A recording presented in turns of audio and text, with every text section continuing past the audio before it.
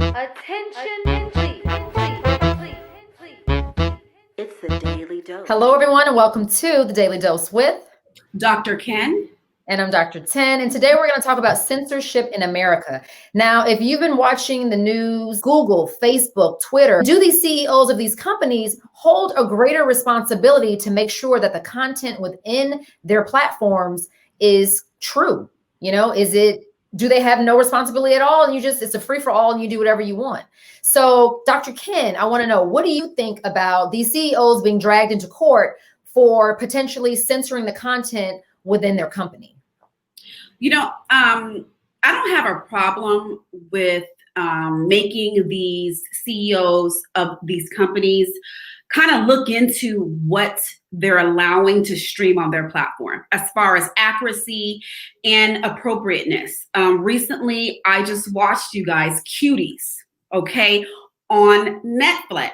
And like I heard tons of stuff about it. Oh, you know, these little girls on there twerking. And to be honest, I was expecting to get really disgusted.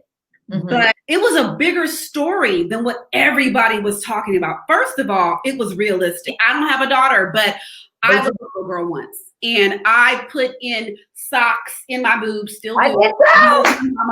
I put in paper clips on my nails so I can have long nails. And that's what it was really about. I was actually impressed how they actually showed this side. And then at the end of the movie, I don't know if you saw it, Dr. Tan, but at the end of the movie, she got in trouble and went back to being a little girl.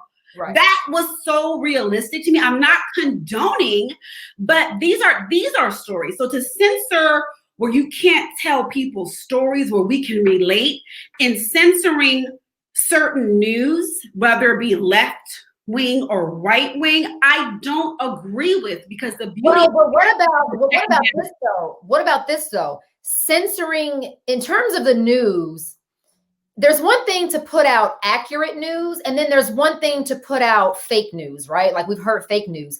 I think if you're going to put the news out, it should be impartial, don't you think? I mean, I think that when you are someone who is giving out the news, it really shouldn't even be an opinion piece. It should be factual information. This is what's going on. This is, you know, how people are responding to it. I think that the information should really just be factual if it's the news. Now you take it a step further into social media platforms, right? And I think that's where the trouble is starting to lie, because people who do have agendas are creating content and putting it out on, you know, Google and Facebook.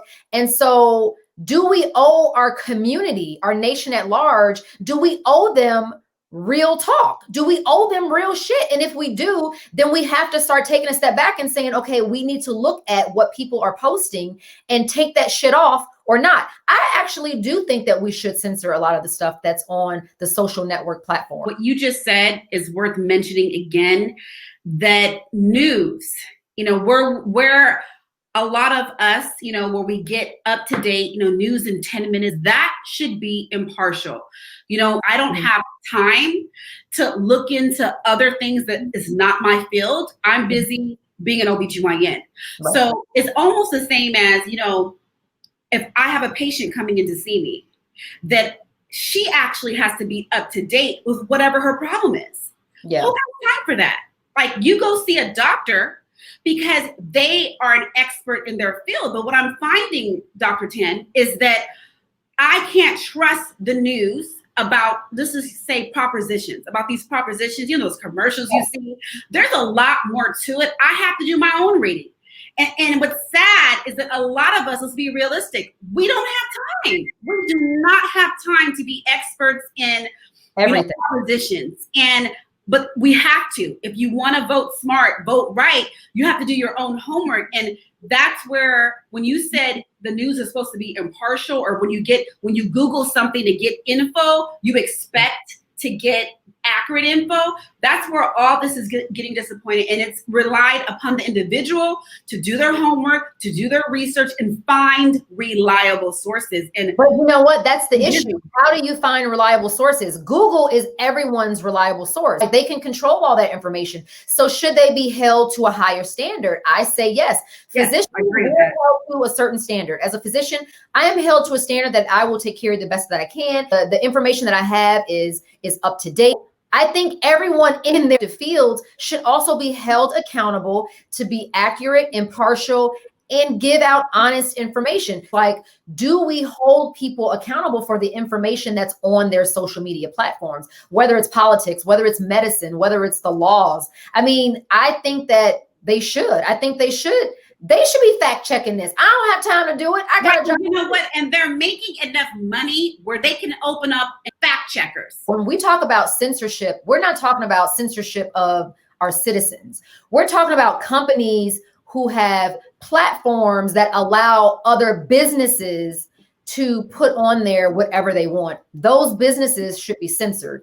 I think that when we talk about individual citizens, like, you know, Kendra is writing a post about X, Y, and Z, that's fine because that's Kendra's post. That's right. I like that. Yeah. And like it's on her page. It's only for the people that follow her. Right. But I think when you talk about like a company or a political figure, when they make claims, that should be censored. Or I don't even want to use the word censored. I want to say fact checked. I like that, to be fact checked, because now we're living in a new age where data information is being received at a high rate. You can get it anywhere, but fact checking is overdue. And because we can get data and information at a fast rate, we got to have fact checkers.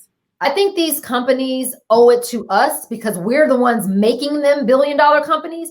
They owe it to us to give us accurate, true information. And if it's not been checked, don't allow it to be posted, because I don't want to see any more propaganda about the left or the right. Drop your reliable news source in the comments and do your own research and share it with your friends. I've heard BBC is a good reliable source, probably because they're not part of America. So they don't care. You know what? I've been watching BBC because I want to hear, why I like to watch BBC, because I want to hear the world's perspective of America. You know, they don't live here, so when they tell our business or what happened, you know, it's actually that's the most impartial we get. Yeah, you know, but like, and then on the same token, I watch CNN and Fox because I want to see what both sides are saying about the same topic. I say that. And for women out there who are looking for a reliable source of information for their healthcare, you can go to healthvows.org with Dr. Liza Swidarski, who is a GYN in Boston. And she's the one that started this website so that women can get some accurate information and stop going on Google and finding stuff that really, you know, is false, fake news. I think this is wonderful. I think this is wonderful. First of all, let's give props to the name, Health Vows. It's time to say I owe it to myself, and I make a vow to myself for good health. Doctors have our own way of getting our information, but it's only available to physicians. It's not available to everyone else. So this is one way, healthvows.org, where at least women can go and get some accurate information from a physician. And you can actually go into your doctor's visit prepared. Hopefully we can have Dr. Liza on so she can talk more about that herself. Yeah. You guys, censorship in America, you know how doctors Ken and Tam feel about it. Until next time, doses. Attention, please. It's the Daily Dose. But it makes me stutter. Looking quite serious, might I add. Okay. It's looking quite stupid is what it is. Looking serious, like vote.